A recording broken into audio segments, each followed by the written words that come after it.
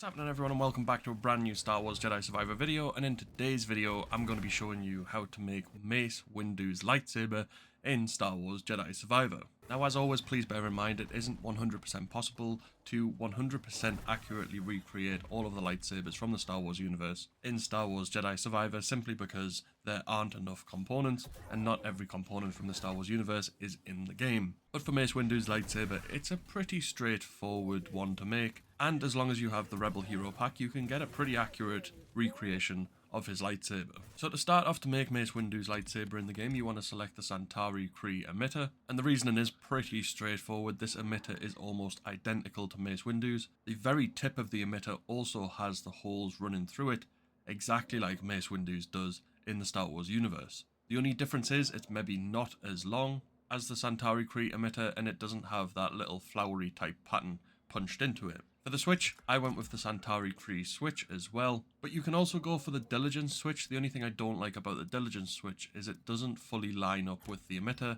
whereas the Centauri Kree emitter, because it is part of the Centauri Kree lightsaber, does fully line up. It's nice and flat, and it also has like a block on it which can be turned into a gold colour, which is similar to what Mace Windu's lightsaber has. However, he has 3 blocks of gold and then a sort of triangle semicircle type thing going above all 3 of them. With this switch we only have the one, but it's still a close switch, which is similar to what Mace's does have. For the grip, you want to go with the Rebel Hero grip, because Mace Windu's lightsaber's grip does have thin pieces of black material running up and down the grip, and the Rebel Hero lightsaber is the closest to that in Star Wars Jedi Survivor. If you don't have the Rebel Hero pack, you can always use the Patience grip, since that does have the strips running up the grip. It just doesn't have the gaps for the silver metal to shine through.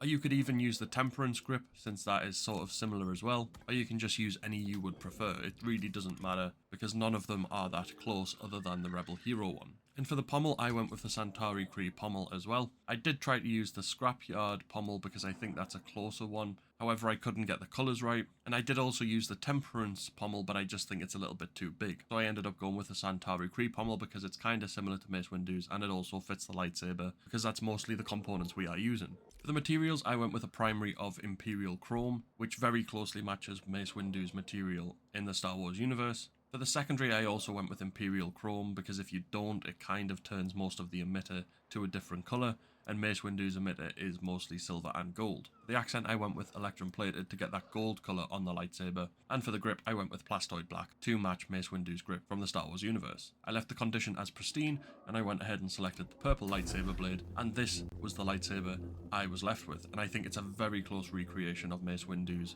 lightsaber in Star Wars Jedi Survivor. It's not 100% perfect. Mace Windu's lightsaber doesn't have the sort of flowery imprint on the emitter. It has more gold sections on the switch, and also has a really big dark material wrapping around most of the switch as well. For the grip on Mace Windu's lightsaber, the strips running up it are a lot thinner and maybe stick out a little bit more as well, and there's more of them than the Rebel Hero grip.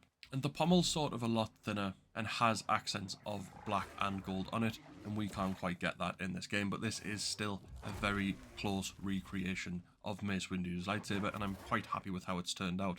A lot of people have requested it, and a lot of people have already done it, but I thought I would cover it since it is one of the more requested lightsabers for this series. I do have a lot of lightsabers still to recreate in this series. I've got Ben Solo's, Rey's, Revan's Sith lightsaber, Kanan Jarrus's lightsaber, Ezra Bridger's lightsaber, Count Dooku's, Leia's lightsaber, Qui-Gon's lightsaber, Kyle Katarn's lightsaber, General Ram Kota's lightsaber. We've got a lot to get through, so it's probably going to take me a long time to get through all of these sabers, but I do hope you are enjoying these videos. Like I said already, this is a really good recreation of Mace Windu's lightsaber in my opinion, and I'm really happy with how it's turned out, especially with the materials. I think the materials are very close, and it's a lightsaber I'm probably going to be using for quite a little while, since I do like it. But that is it for today's video, so please do let me know down in the comment section below which characters you would like to see that I haven't mentioned that I'm already covering, and also let me know what you think of this Mace Windu recreation in the game. If you have enjoyed the video, please do smash a like on it to show support for the series and the game on the channel, and if you are new to the channel and you've enjoyed the video,